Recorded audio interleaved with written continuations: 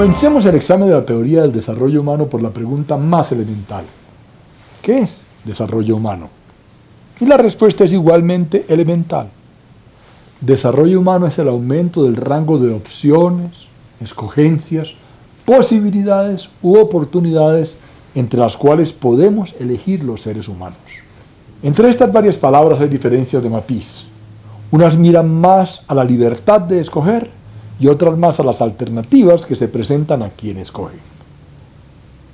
Digamos de una vez que aun cuando la idea básica sea clara, existe cierta fluctuación terminológica entre los distintos autores y momentos, los sucesivos informes mundiales de desarrollo humano, la versión inglesa y su traducción a distintos idiomas.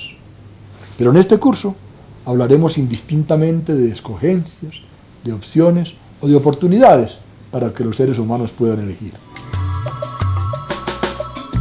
Las opciones significan las muchas cosas que los seres humanos valoramos o deseamos con una buena razón.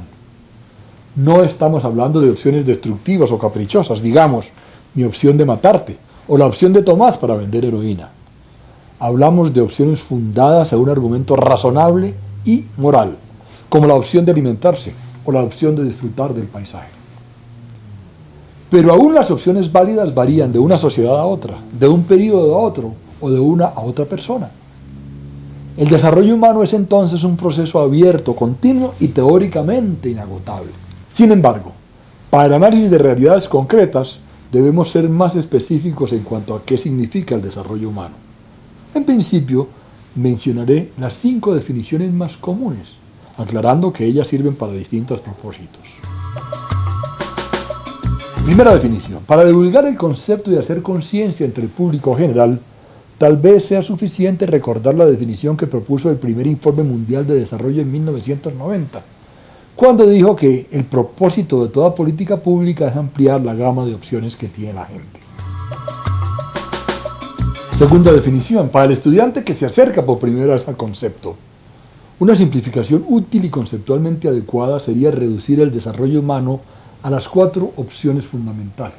Para que 2 personas, Ana y Tomás por ejemplo, gocen de una mejor vida, deberían poder disfrutar de una existencia sana y duradera, acceso al conocimiento, recursos materiales suficientes para tener un buen pasar y la posibilidad de participar en la vida de la comunidad y en los asuntos colectivos.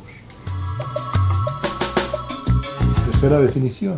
De hecho, las 3 primeras opciones que acabo de mencionar se reflejan en el índice de desarrollo humano que estudiaremos más adelante. La popularidad de esta medición lleva a muchos a creer que el desarrollo humano se reduce a las variables incluidas en el índice de desarrollo humano, pero por supuesto no es así. Cuarta definición.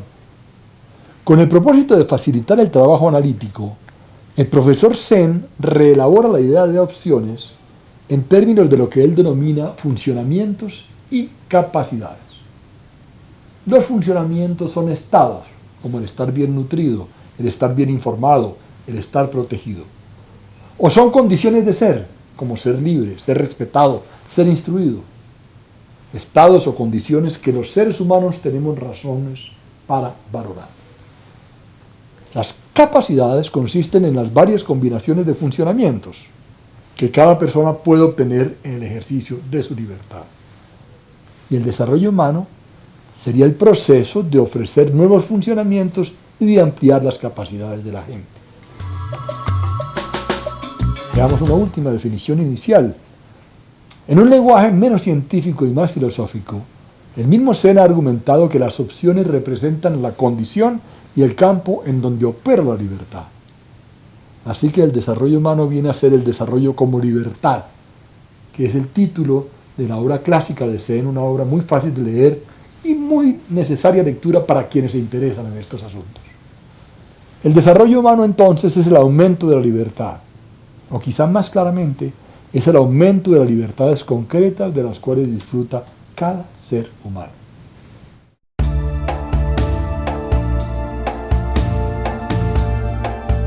Pero aún con estas definiciones elementales, es claro que nuestro paradigma se diferencia de las otras grandes teorías del desarrollo económico, político y social vigente en nuestro tiempo.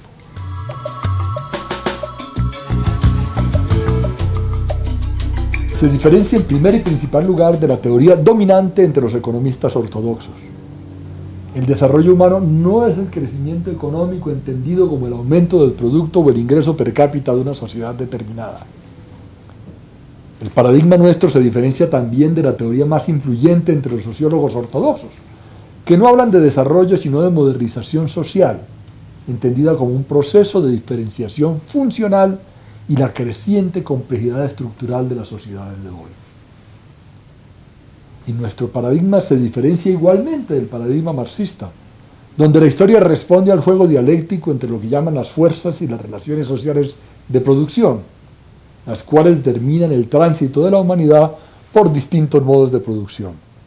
Estos modos de producción, los últimos, pues han sido el paso del feudalismo al capitalismo, eventualmente al socialismo, y también llegaríamos al comunismo. Pero además de estas tres teorías dominantes, la teoría económica, la teoría sociológica y la teoría marxista, hay otras visiones más generales, más difusas del desarrollo, que también importa diferenciar del desarrollo humano. El desarrollo humano no es el aumento en la capacidad de la especie humana para controlar y dominar la naturaleza. Esta es la lectura que podría llamarse tecnológica, utilizada por ejemplo por el historiador Lewis Mumford.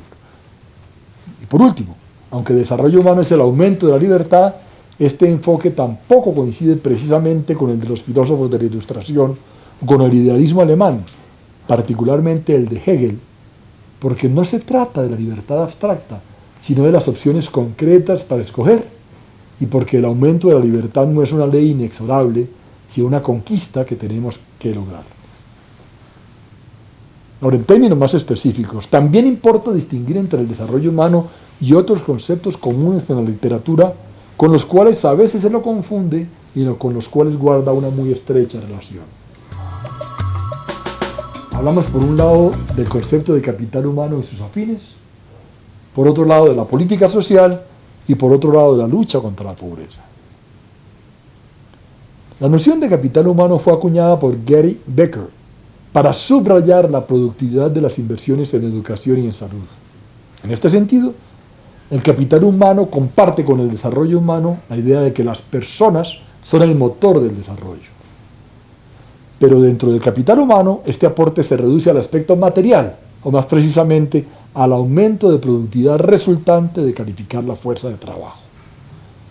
Sin restarle importancia a este factor, el desarrollo humano piensa en otras dimensiones de la acción humana. Y además, el desarrollo humano mira a la persona como medio y como fin, mientras el capital humano la mira solamente como un medio. Y algo similar diríamos respecto de conceptos como desarrollo de recursos humanos o desarrollo de talentos humanos, que a veces se confunden con el desarrollo humano. También a veces se usa el término desarrollo humano para aludir al desarrollo social o a las llamadas políticas sociales, pensando en los sectores de salud, educación, vivienda, nutrición o sus similares. Este es un uso muy parcial del concepto de desarrollo humano, que además tiene el problema de insinuar que lo importante para el desarrollo es la política económica y que estas otras políticas sociales son más bien complementarias. La relación del desarrollo humano con la pobreza es muy estrecha. Por una parte, al evaluar el desarrollo, uno puede fijarse en los avances de un país, o al contrario, fijarse más bien en las privaciones que sufre la gente.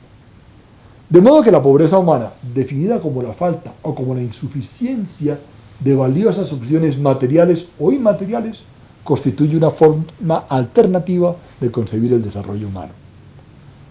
El enfoque de la pobreza humana ilumina la situación de aquellos que han sido privados o que han quedado atrás en el proceso de desarrollo y por lo tanto ayuda a precisar prioridades para la acción, tales como las metas de desarrollo del milenio que fueron adoptadas en la Declaración del Milenio del año 2000.